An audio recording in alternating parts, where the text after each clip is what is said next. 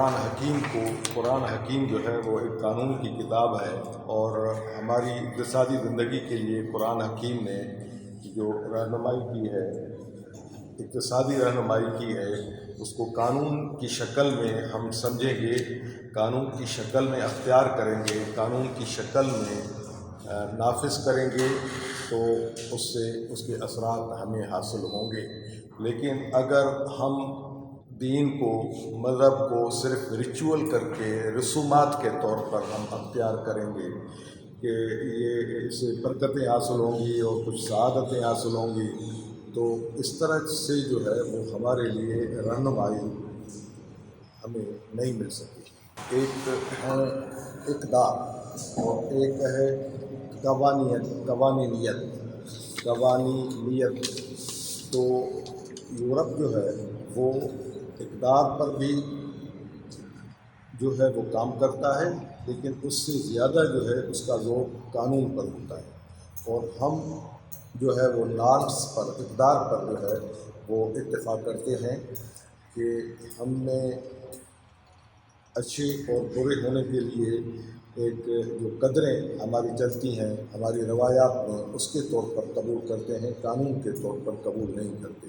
اسی لیے قدروں کو قانون کی شکل جب حاصل ہوگی، قدروں کو جب قانون کی شکل دی جائے گی، تو وہ اس کا نفاذ، اس کا اثر، اس کی نتیجہ خیزی جو ہے وہ اس سے زیادہ ہوگی۔ قانون صرف سیاسی نہیں ہوتا۔ ہمارے ہاں، ہمارے مسلم ممالک کا یہ المیہ رہا ہے، مسلم معاشروں کا، کہ وہ سیاسی اصولوں کو، سیاسی چیزوں کو قانون جو ہے وہ بناتے ہیں، لیکن اکانومکس کو، اقتصادی اصولوں کو، اقتصادیات کو، جو زندگی کے بہت اہمی حصہ ہے، بہت اہمی لوازمات اقتصادیات سے جو ہے وہ تعلق رکھتے ہیں، تو اقتصادیات کو جو ہے وہ قانون کا حصہ نہیں بنایا جاتا۔ ہمارے ہاں قوانین میں صرف سیاسی معاملات جو ہے وہ اس طرح اسمبلی ہوگی، اس طرح اس کے نمائندے ہوں گے، اس طرح ان کے مراد ہوں گی، اس طرح ان کے اجلاس ہوں گے، اس طرح ان کا کورم ہوگا، اس طرح قانون پاکستان آپ پڑھیں، مطالعہ کریں، اس کا اس طرح کورم ہوگا، اس طرح کی چیزیں ہوں گی۔ پھر اس میں کسی حد تک جو بنیادی انسانی حقوق ہیں وہ بھی جو ہے وہ سیاسی طور پر جو بنیادی حقوق بنتے ہیں ان کا تذکرہ تو ہوگا، لیکن بنیادی حقوق میں جو انسان کے اقتصادی حقوق ہیں وہ نظر انداز ہوتے ہیں، یعنی اقتصادیات جو ہے وہ کانسٹیٹیوشن کا جو ہے وہ حصہ ہی نہیں ہوتے۔ روٹی، کپڑا، مکان، امام ابن حزم نے لکھا ہے کہ جو شریعت کی ہدایات ہیں، جو قرآن حکیم کی تفاصیل ہیں، اس سے یہ کلیئر ہوتا ہے کہ پہننے کے لیے کپڑا، رہنے کے لیے گھر اور کھانے کے لیے کھانا، یہ بنیادی اقتصادی ضروریات ہیں جو ہر ریاست کو لازمی دینی ہے، اور ہر ریاست اس کے لیے قانون بنائے، اپنی ذمہ داریوں کو اس میں شامل کرے۔ تو اس لیے ہمارے اسلاف نے، ہمارے بزرگوں نے ان چیزوں پر جو ہے وہ اپنی آراء لکھی ہیں۔ حضرت امام شاہ ولی اللہ نے اس سے بھی زیادہ بڑھ کر جو ہے وہ تفاصیل اپنے کتاب حجت اللہ البالغہ میں جو انسانی بنیادی ضروریات کی حیثیت رکھتی ہیں، اقتصادیات کے حوالے سے ان کو بیان کیا ہے، لیکن ان کو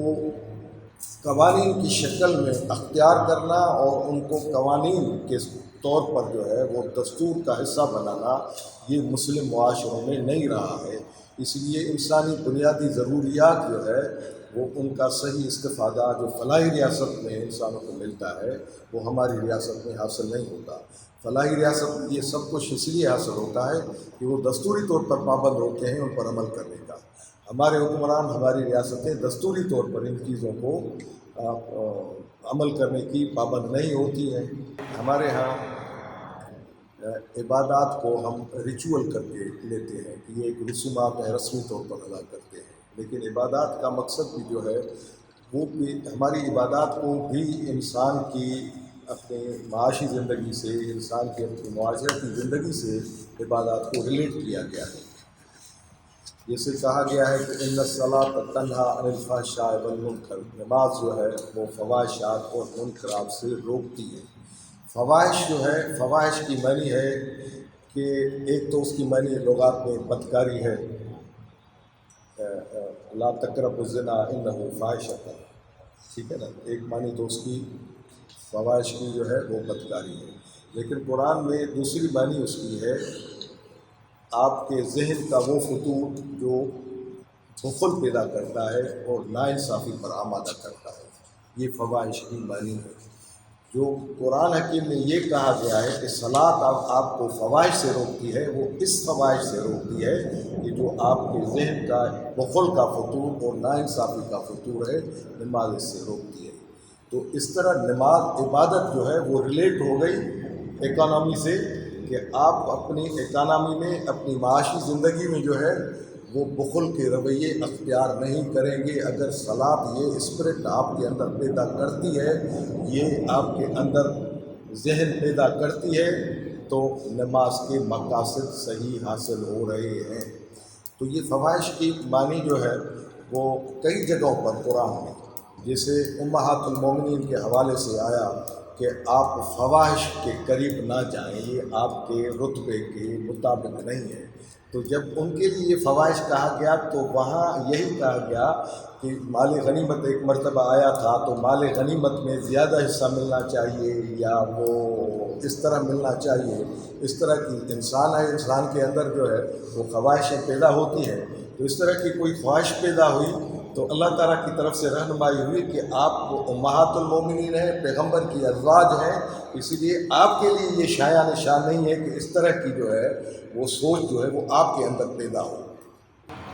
ریچولس جو ہے، رسومات جو ہے وہ ایک الگ چیز ہوتی ہیں، وہ دنیا کے دیگر مذاہب میں اس کو